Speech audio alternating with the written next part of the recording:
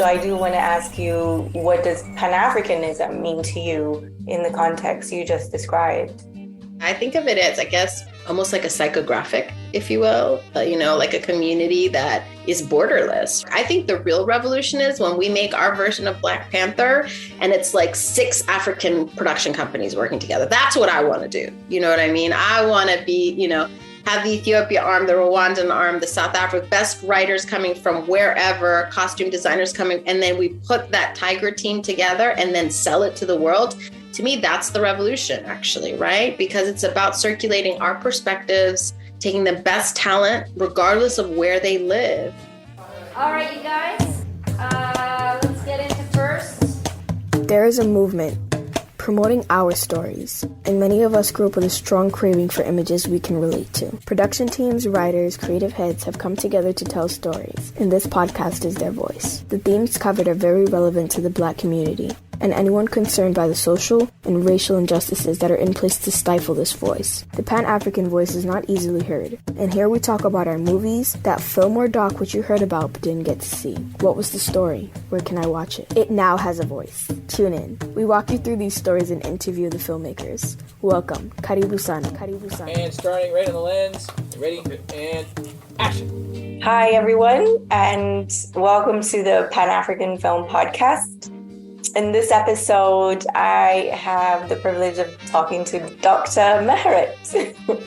And in this episode, we're going to be talking about 2 of your kind of milestone films, I'd say. There's Difret, which is a Sundance and Berlinale award winner, and Little White Lie, which was a New York Times Critics pick. So 2 very powerful stories, which I think were released in 2014. So Little White Lie is a personal documentary about a legacy of a lot of family secrets, I'd say, and denial, and just exploring the power of telling the truth. It's primarily about Lacey Schwartz, who puts together her family history, uncovers a story about her own personal dual or double identity, and then slowly comes to terms with the realization that she basically grew up passing. And whereas Difret is also based on a true story and is a feature narrative about a 14-year-old Hirut who is abducted in her rural Ethiopian village's tradition of kidnapping women for marriage. And then she ends up killing her captor, which by local law demands her death sentence. So the story then from there follows her passionate heroine lawyer who fights for her case of self-defense and struggling against one of the country's oldest and really deeply rooted traditions. So yeah, very big themes. And I want to welcome the Emmy-nominated, and I think as of 2022 Academy member, producer, writer, director, Dr. Mehret Mandefro. I will say she's a physician, anthropologist, and multimedia executive. But I just here want to invite you to share a little more about who you are and your story with our listeners. Thank you for having me. It's always a pleasure to talk about the work. And yeah, I had a kind of a not non-direct path to filmmaking. I started my career as a physician scientist, but I always say it's actually science that brought me to art. I think science is about questing and asking questions and exploring the experiences, the edge of human experiences. And it's really asking tough questions about health that led me to filmmaking, actually, So to me, I get always asked, would you have done it if you had to do it all over again? And I actually think the answer is yes, because I really think it's science. I became an artist because I was a scientist first. I really look at them as very, very connected paths. So, those films, talking about them now is always a trip because it's coming. Next year will be 10 years, actually, which is so wild to me for both of those films. And, films each take so long. Little White Lie was this film that took, I think, from beginning to end, 7 years. I came on somewhere in the middle of that process. And similar to Difret, because it was Zara Sanai's debut, he was in about a 7-year path too. So those films were such labors of love. and such collective lifts. And I think when they came out in the world, first of all, it was a trip that they came out at the same time, which is, it's a miracle to do one film. It's a whole other thing to do two. So, and one was a doc and one was a feature. So I think from the jump, my career has always, I just think truth is always somewhere in between documentary and fiction. And I think making documentaries makes you a better scripted filmmaker. And I think being a scripted filmmaker can make you a better documentary filmmaker. I think they both really work well together. And I think what I would say now is that both of those films have really stood up to the test of time. I continue to meet audience members who, share. And that's really the best part of these stories, is when they find their way to the people that they're meant to be for. So happy to talk about both of those processes. I guess the other thing I would say is a lot of people felt like Difret was almost so real that it was a documentary.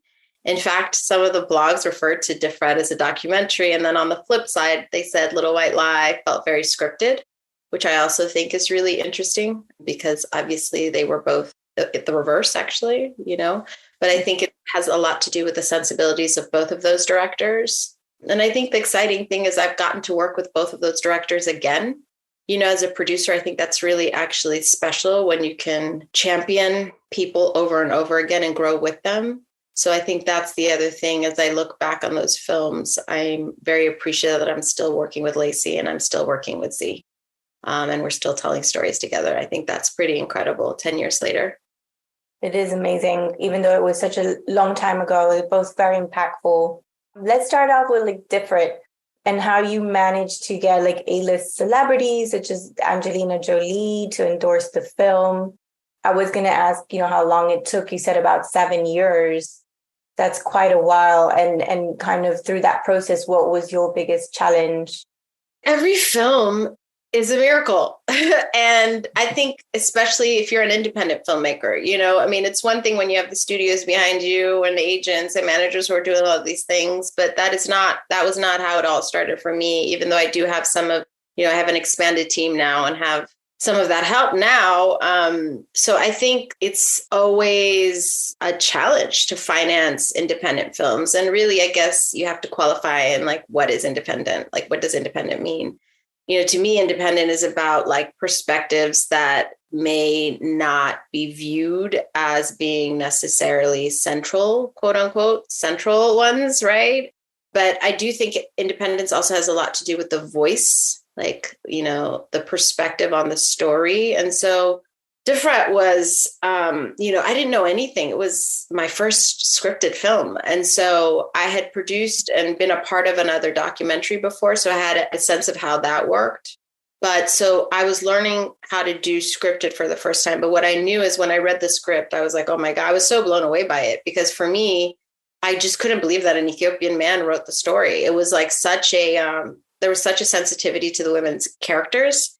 And I think there was a way in which the film was very feminist without proclaiming that, So I was actually shocked that an Ethiopian man who, I always joke, Z is Ethiopian. I was born there, but I grew up outside, which is a totally different perspective. He was born, raised there, and a man. So I think when you look at that film from that perspective, it's really remarkable. And I think, he said this in one of his interviews. And I think, he's for him, the turning point in making the story was he grew up in this culture. He never thought about Telefa as anything that was a problem.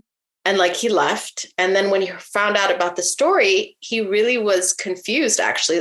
For the first time, he's whoa, that is seriously messed up. That I've never questioned this tradition. How does that happen? How is it that you can grow up with something like that and not question? That became his in that story. And I think when you look at Difret, what has stood the test of time in my mind is, for me, it was look, these women had solutions. You know what I mean? The lawyer who has since was our first female president of the Supreme Court, Maza Shanafi, Abarash, the girl at the center of the story, both of those women did amazing things. How is it that Abarash said, enough, I'm not going to do this, when you're completely indoctrinated in the opposite. And same I was really blown away by like the legal aid organization, these women lawyers who teamed up to do this work together at a time when everyone told you solutions to Africa were like from the outside, not from the inside, right? So I think that's the part of Difret. And so just to bring it back to Z's point, I think like, how do you make a film about a really kind of violent tradition without like demonizing the people? That's like way easier said than done, actually. Right. And so I think that's where Difret would really kind of did it in a way that was, not demonizing them, actually like trying to place you into a time and a place and, the scenes under the tree and trying to wrestle with like, okay, how does change actually happen? And also, those lawyers and the judges who did a ruling that I don't think anyone was really expecting for that time, right? So I think this idea that the solutions to a lot of these places are actually in these places and not outside of them is something that we still can learn a lot from. I think this issue that there's always this view to the outside world for your solutions as opposed to starting with yourself is fertile ground. And I don't think that kind of lesson ever gets that old, Yeah, for sure. I think it was very beautiful and I think almost, poetic. So I think that softened a lot of the hard topics addressed, like you said, in a way that was more humane for those involved. And, the writer-director, Zarisanai Berhane Mahari on this project is also your husband. So the big question I have is how do you navigate sort of blending family and business?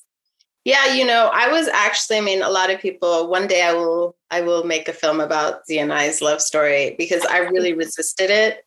And, this is all, I've said this to him many times, he knows the story, so I don't feel bad sharing it. But, he was so clear and so like certain, but I was very resistant only because I never liked the idea of mixing actually business and pleasure, right? I never did it. I had a real rule around it and I really resisted until I just couldn't because we fell in love quite quickly. So I always say that Difret was the film that like I was building life on life, right? It was all just happening in real time, So I didn't really think about it. We didn't really think about it. I more was like, okay, hopefully this will work. And now 10 years later, we've had, multiple companies, I would say actually since, and multiple film projects and TV projects and, homes and businesses and it's really grown. And so I always say it's either we're going to really work or not.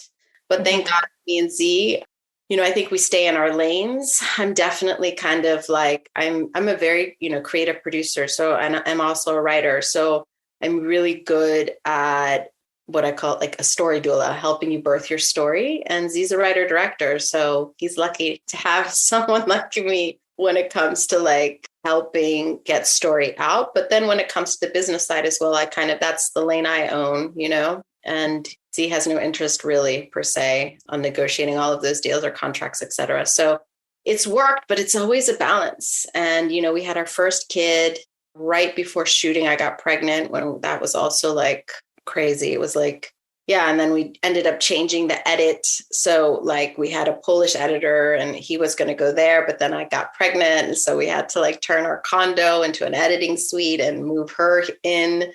Then we moved in with my parents and it became this multi-generational home ever since because festivals and work and on and on and on. So I think there's no perfect time if you're going to have children. And then if you're going to also work, I think it's a balancing act. There's no such thing as ever having a perfect balance. I think sometimes one partner's, doing more than the other, but hopefully there's enough of a give and take that it works out over time.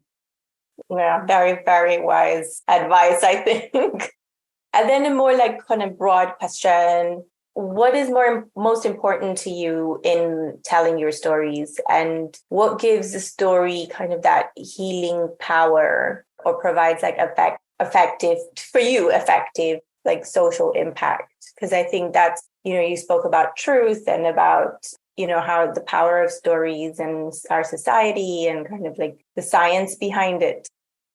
Yeah, I'm really versed in all of the science. Obviously, my PhD was in anthropology, and that's really kind of how I came to filmmaking, actually, is through stories and women's stories and their experiences of stigma with health issues. So I think about this stuff a lot. And I think, look, the power of story is that it can really force you to know what you don't know.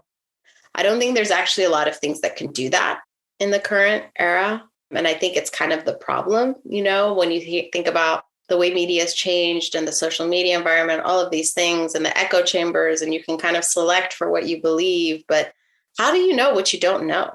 That's like the simplest way I can put for why stories are so powerful, because I think it's one of the few mediums and the few kind of really things that can sneak up on you, if you will, and show you what you don't, right? And so I think the older I get, I really try to stay open, stay open to life and rethink things, right, that I think I know, because I think so many of our problems in this world can be boiled down to this idea that everyone has doubled down on what they think they know about the world, right? And they've kind of closed off what they may not, right? And so I think stories, that's where they're most powerful. That's like the sharpest point of the spear for me. And I think that's why they can heal. I mean, at its root, cinema was about discovery, right? It was about discovery. Auteurs were showing us a different way of looking at the world, right? And I think storytellers, whether it's cinema or not, have always done that, right? And so I think it's so, so important, especially because we're kind of coming up on a time where, the AI of it all, like algorithms, it's going to get harder and harder to actually know what's real. You know what I mean? And so I think it's going to be even more important for people to consider what the edges of their own knowledge bases are. What are the edges of your experiences? And more importantly, how do you make sure what you are internalizing is actually what you think, right? About something, as opposed to some algorithm whispering in our ears. So I think for all of those reasons, I think stories that really push perspectives, show people a new way of thinking about things, take a topic that you think right? And serve it up in a different way, right? I think also that, for the first time ever in the world, because of the sweeping changes in the broadcasting landscape and streaming and all of these disruptive changes, we're actually going to hear stories from parts of the world that we've never heard, in my mind, right? So I think the way that media landscape is changing, for example, in Africa, there's more and more talent that's going to be able to tell their stories and get it to a global market in a way that has never existed before. And that's really exciting, right? Because if you think about it, most of the stories we've consumed for so long have come from the West, right? Even the stories about places like Ethiopia. And so this idea of learning about these countries and stories from the perspective of storytellers on the grounds that are living there, and then having them access global markets, is a really exciting concept to me.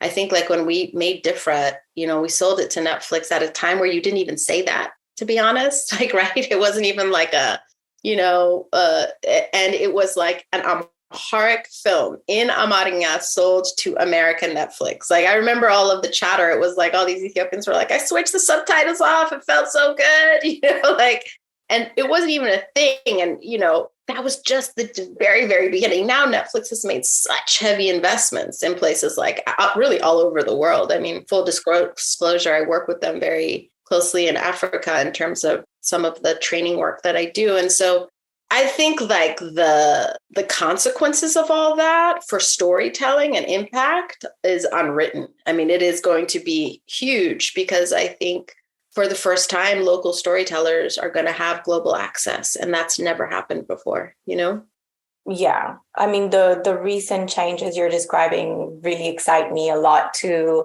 Part of the reason of how this podcast was initiated, and something I genuinely started off as just an inquisitive kind of question, is now kind of become the running theme through the podcast. So I do want to ask you, what does Pan-Africanism mean to you in the context you just described?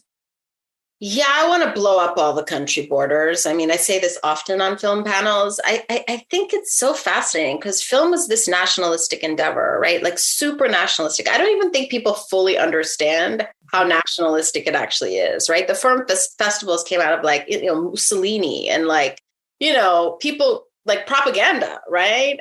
And when you look at the film financing systems in Europe, for example, actually really all around the world, when it comes to national funds, it's about stories from those countries, incentivizing creatives from those countries. Yet the audience obviously is borderless, right? And I think in Africa, for example, one of our biggest challenges, we don't have all of these incentive and structure systems. Well, some countries do, like South Africa, but if you look at South Africa, they only fund South African stories, right?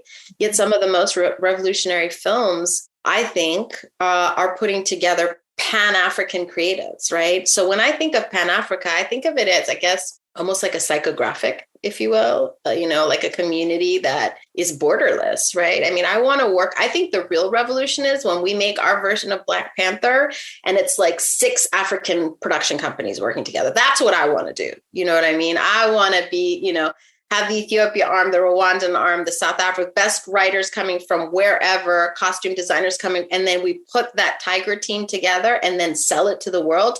To me, that's the revolution, actually, right? Because it's about circulating our perspectives, taking the best talent, regardless of where they live. And because the resources are so far and few between on the continent, we actually can't afford to just stick to our countries. For example, Ethiopia has no national fund. And I don't know that they will ever anytime soon, right? And so yet we still have to tell our stories. We have to find ways to get, we have to be a lot smarter, there needs to be a decentralized kind of effort around these things. So when I think of Pan-African, that's what I think of, maybe it's a political perspective too, about, a world in which Africa has a central place, right? In terms of the economy, communicating a perspective around creativity, culture first. I always say Africa is the most creative continent on the planet. Why is it yielding the least when it comes to the value proposition of stories and the creative economy? It makes no sense, right? Which tells you that there are larger structural and economic forces, right? This whole extractive labor, extractive wealth. I think our stories were on the chopping block too, right? Things were set up where oftentimes, producers are coming in, plucking the talent, keeping the IP outside of the continent, and that's that. And so I think there's a whole generation of producers like myself, but many others also before me who are saying, nah, not to all of that, right? And trying to understand how we finance the stories, keep the IP, pay talent, pay everyone what they should be, not these African rates, right? Really integrate the media ecosystem into a global economy. The exciting news is, Realness Institute is a nonprofit I've helped start in South Africa that's really looking at all of this very closely and has 6 training programs now.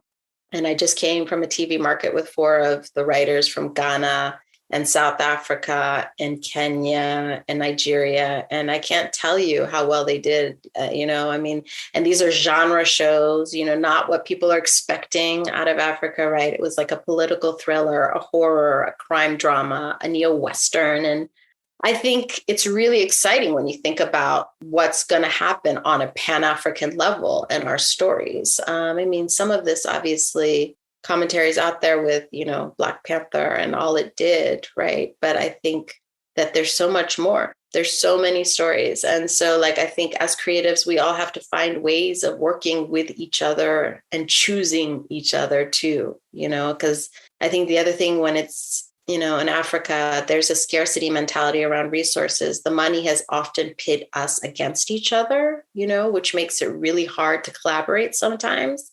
And so I think when I think of Pan-African, I also think of hyper collaboration, right? Just refusing to let the structure determine our partnerships, but starting to think beyond that and, using our creativity to find new ways to structure deals and financing. I think there's really exciting things being done in that way. Those are such exciting topics. And I actually wanted to invite you to talk a little bit more about such multimedia initiatives, some of the ones you mentioned, such as the Realness Institute. I know you have a project in Ethiopia as well called Ethiopia Creates. And I really wanted to hear from you, like how, a little bit more about how you use the power of media to advocate for policy change. Ethiopia Creates almost feels like a dream. Only because so much happened in Ethiopia right after that like really was hard. And I guess like such a instructive, I don't even know the right way of saying it, just instructive, I guess, right? So when I was I moved to Ethiopia with my husband because my husband started this TV station on a TV. He was one of the co-founders, and I ended up being an executive producer there, or the executive producer, I should say, and doing a lot of work around training young people on original content. And right around that time, the government had changed and had set up something called the Job Creations Commission. It no longer exists, actually. It was called the Ethiopian Job Creations Commission. There was this visionary, also doctor at the head of that, Dr. Ephraim, and he was just amazing. And he was like, look, they reached out to me about doing a diagnostic study on the creative arts and the creative sector as a potential place for jobs to be created. And I was like, sign me up. Oh my God, of course. And so I did this study over 3 or 4 months and ended up writing a set of recommendations that were then folded into the jobs action plan. And it was the first time that the creative sector had been identified as an economic priority sector, and, the hope was, like other priority sectors, usually the next step would be incentives being set up then for that industry, right? So for example, right now, importing equipment for film equipment is you're taxed as a luxury item if you bring in a camera, which totally doesn't make any sense, right? Because we need those cameras in order to tell our stories, right?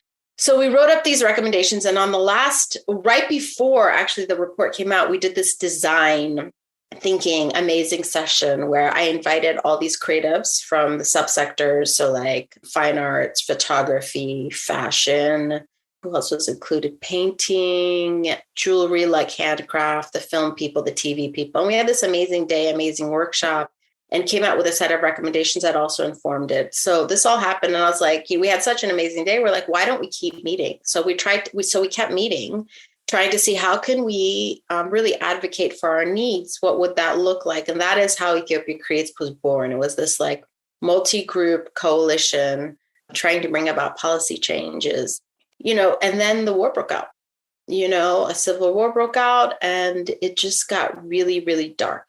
And I think it's very hard to sustain change during those kinds of periods of time, And I think that's very real. I mean, a lot of these countries sometimes have these like quick things can turn on a dime and get so unstable. And in the minute something gets unstable, of course, arts and culture, it's like the last priority all of a sudden, right? Yeah. It's never first. And I think that's also partly why now I think about these things very differently, because I think arts and culture it will always be easy to look over it in places where there are high needs, And so that's why I think it's like the perfect place for philanthropy maybe, but also artist-led people who want to take that on, who have the bandwidth to take on that kind of stuff to really start to champion it.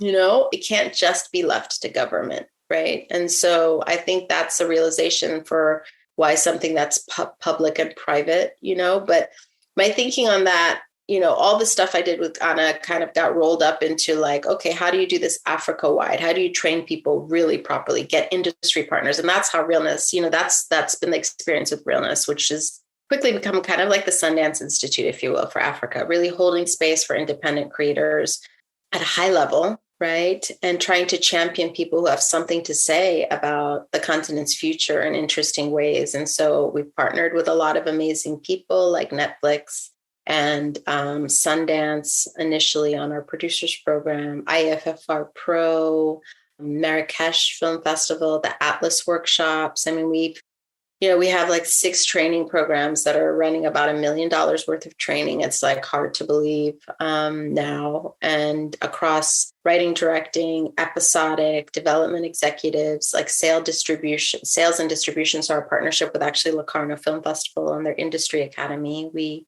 host a Southern African Locarno Industry Academy program. And, the Ethiopia Create stuff has been more rolled up now into Africa wide, really thinking through how do you create infrastructure that allows people to tell their stories at a high level and advocate for that, in addition to making sure they get paid. And so that work has found a home now for me in this studio, a new studio offering, TBTM Studios, which stands for Take Back the Media Studios, for like providing an infrastructure to creators, on the ground, and really re-envisioning what a 21st century studio that is located in the global South can do. And so, that's been an amazing kind of ride and continues to be. Actually, we just got nominated for a Webby. So vote for us in the interactive category. We got nominated for our interactive festival, which has become kind of like a South by Southwest type of convening, but a place where the global South can kind of own this whole conversation of innovation, culture first, tech, and what's even shining a light on the best in Africa when it comes to those things. So, I'm working on this in ways now that are just not on Ethiopia. They're much like it's Africa-wide now, my work, And so I think there will always be a role for artists to lead these conversations. We need Ethiopian artists at the table who are really leading the charge around advocacy. But it will require some people, that work is hard to do if you don't have the bandwidth for it, right? I mean, I'm lucky because I've been successful and I do have the bandwidth, in all ways to do that work. But it's certainly not something you can do if you're, a struggling artist, right? I mean, so I think thinking through how that kind of work gets financed and supported. And I don't think it can be just government anymore, right? For a lot of different reasons, because I think the agenda, politics always changes and it gets tricky. If your only partner is government, I think you have to have, in order at least for it to be sustainable, other partners that can finance it so that if a civil war breaks out or whatever, the project can continue, Yeah, I mean, there's obviously a lot of pros for working in unity, especially for the continent. And this is really exciting to hear that you've made so much progress on, and that you're extending it more broadly through the whole continent. But I wanted to bring it back a little bit to Little White Lie, because we didn't really touch on that. Yeah, and it was just such a moving story. Even I watched it a while ago, and when I went to revisit it, in the back of my mind, I had thought it was just a movie, and I forgot it was a documentary, like you said, because it's so well told. Yeah, that it just really flows as a project, despite it. It doesn't totally forgot there was a whole series of interviews that made it a documentary, but I think it was because it was so personal and so real and true. So in particular, for the whole story, I wanted to talk about the theme and the term passing, because I myself only personally discovered it here in the US, because I did not grow up in the West, and it just doesn't exist, in Africa. How would you define it for like our non-American audience? And can you also expand on the novelty on how it's addressed in Little White Lie? Because I found that fascinating.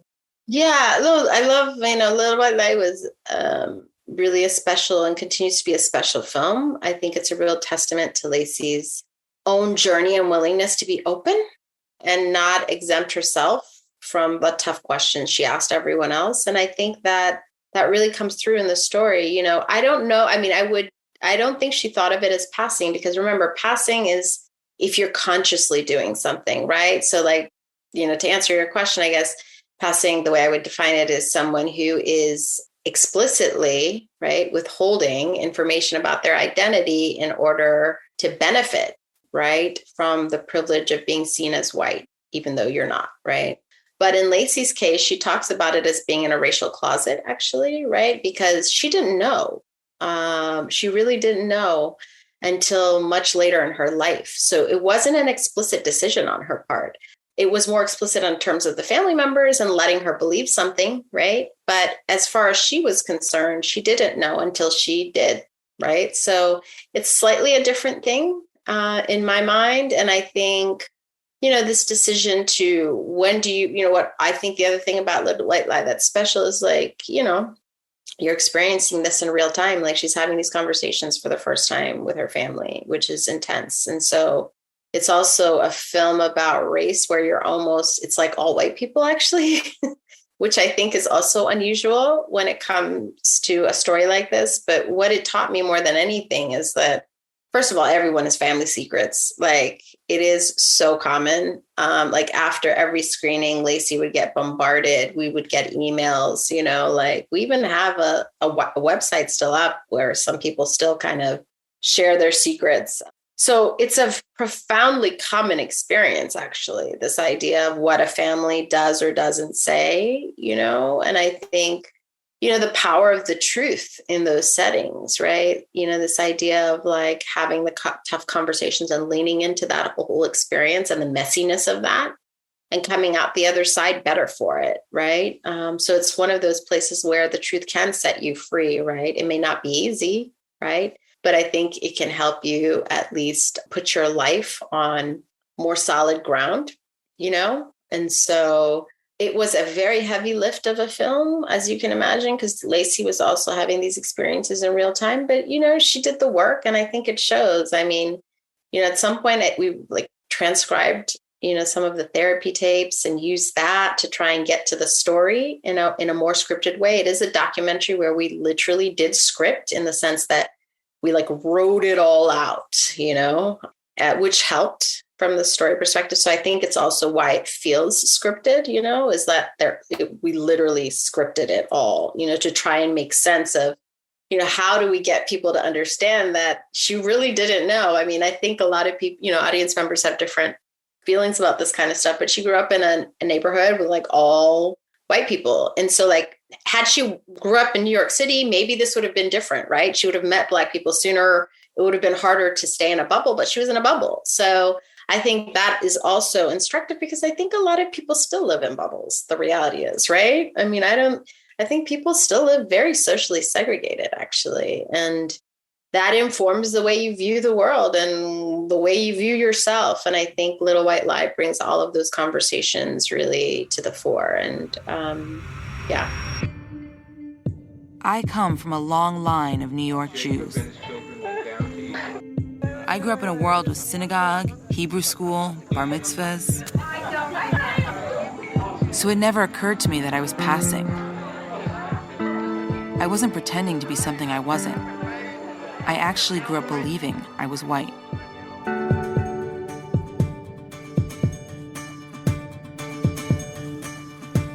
Show us how you can stand on your side. Oh, that's terrific. How do you do that? We lived almost picture-perfect kind of life for a while.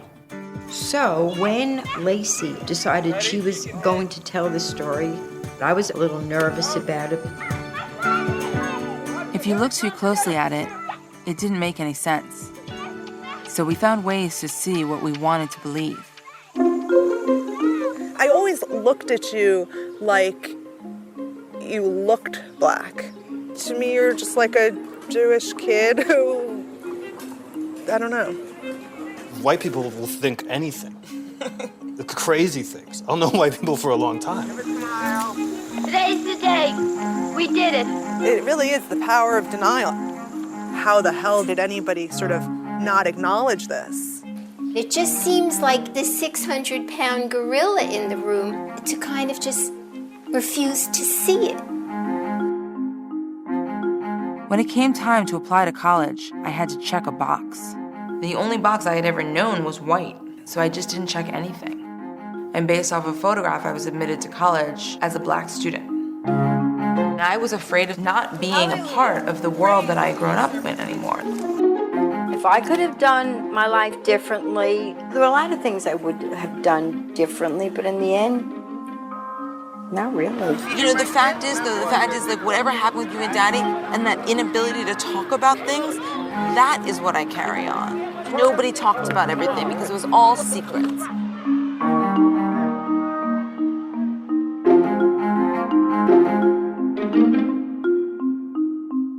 Yeah, I was definitely very brave of Lacey to put her her discoveries out there in that way. But like you said, it's probably really, really helpful for a lot of people. It's a lot more common than we realize, all those things. And also, like, to touch on what you were speaking about earlier in terms of addressing the truths or people's truths, that seems to be kind of like a running main topic throughout your projects. Is that something that's personally important to you? Yeah, Truth Aid was called Truth AIDS when I first started because my entry point in all of this really came from health. I was a doctor trying to understand HIV in the South Bronx and wondering why people were kind of being dishonest about what I was being told in terms of training and like what was going to solve this HIV epidemic, and really understanding that it had so much more to do about conversations about love, sex, trust, abuse, violence, where people lived, all these things that when I was being taught weren't being told to me, and I just thought people were it was just very dishonest. And so, Truth AIDS and telling the truth about AIDS and trying to uncover this missing language is literally how I came to filmmaking. That is very explicitly how I came to it. And when Lacey and I joined up and it became Truth Aid because it wasn't just HIV anymore, it was just really trying to grapple with race and gender and the secrets, that we do or don't say. So truth has always been, and I think it always will be this thread in my work, right? And I don't think it's as simple as like you tell the truth and that's that, or, I think this is why I look at it as, like, especially now, talking about truth, post-truth and fake news and, algorithms and AI and like, it's like a complicated mess, right? But I still think what makes storytelling so powerful is like what feels true, right? I do think there's a part of this that's also about emotional truths. And this is a long-winded way of saying, yes, truth will always be something, and like exploration of and considering what is or is not will always be central, I think, to all the stories I tell. That's really interesting. And so what kind of future plans or any projects in the pipeline would you like to share? What other truths have you got? So if you let us know, or let the audience really know where they can find Little White Lie and Difret, so they can kind of watch if they're interested. Yeah. So Little White Lie is still on iTunes and Amazon. And I think Difret might only be on Canopy now. So we're thinking about doing a 10-year anniversary release next year on some streaming platform, which I'll let you know about. But yeah, if you go to difret.com, you'll find out about that. And littlewhitelieTheFilm.com. Those are the websites. As for me, I'm Dr. Mehret everywhere. So like it's Dr. Mehret anywhere. I'm very easy to find. What do I have coming up? So I produced an episode for a series that was supposed to be on Showtime. I don't know if it still is. Like Showtime has gone through all of these changes now, but it was on the pharmaceutical industry. It was this book called Pharma. I produced an episode with Lacey and Yoruba Richin directing on the history of the birth control pill. That's super interesting and a fascinating story if you don't know that story. All kinds of truths in that one. And then I have a big film coming out that Lacey and I produced that Yoruba Richin is directing, and it's on reparations in America, on our racial past, and kind of what we can do to heal. And so that film will be coming out this year. Can't say much more on that. There will be an announcement, but I'm very excited about that film because I think people will be really surprised by how much work is actually being done on the local level on this issue. It's like one of those films where I was like, I thought I knew. And then I started a film. I was like, okay, clearly I didn't know any of this. And so I think it's going to be one of those films where people watch it and it's like, wow, which is also kind of heartening because I'm a bit cynical when it comes to this topic. So I'm excited about that project. And then Z's third film, we are financing that. And I'm really excited about that. There will be an announcement. I can't say much more about that. I think we'll make an announcement in Cannes about that film. So his third narrative feature. So lots to look out for, lots of truths coming out. That I like to see that. Yes, for sure. Sure. Yeah. Do you want to add any personal fun facts or social media pages before we close out? Yeah, I mean, my social media pages, hit me up, Dr. Mehret, DrMehret, everywhere, literally. I have it on all platforms. And fun fact, I mean, I feel like I work for my children now. Fun fact. I keep joking. I'm like, Z, I think we might be producing one of our kids. Because my my middle child is like writing all of these fantastic stories right now that really have blown my head off. And I'm literally like, okay, do we turn this into a short film or not? So it might be like a 2-generation family business now. So look out for that. But no, seriously, I think fun fact is when I'm not doing all this stuff, I really love being a mom and my kids. My one note for people considering having kids, and I wish someone had told me this. I feel like no one says this about having kids, and I think it's important, which is there's a lot of comedy in it.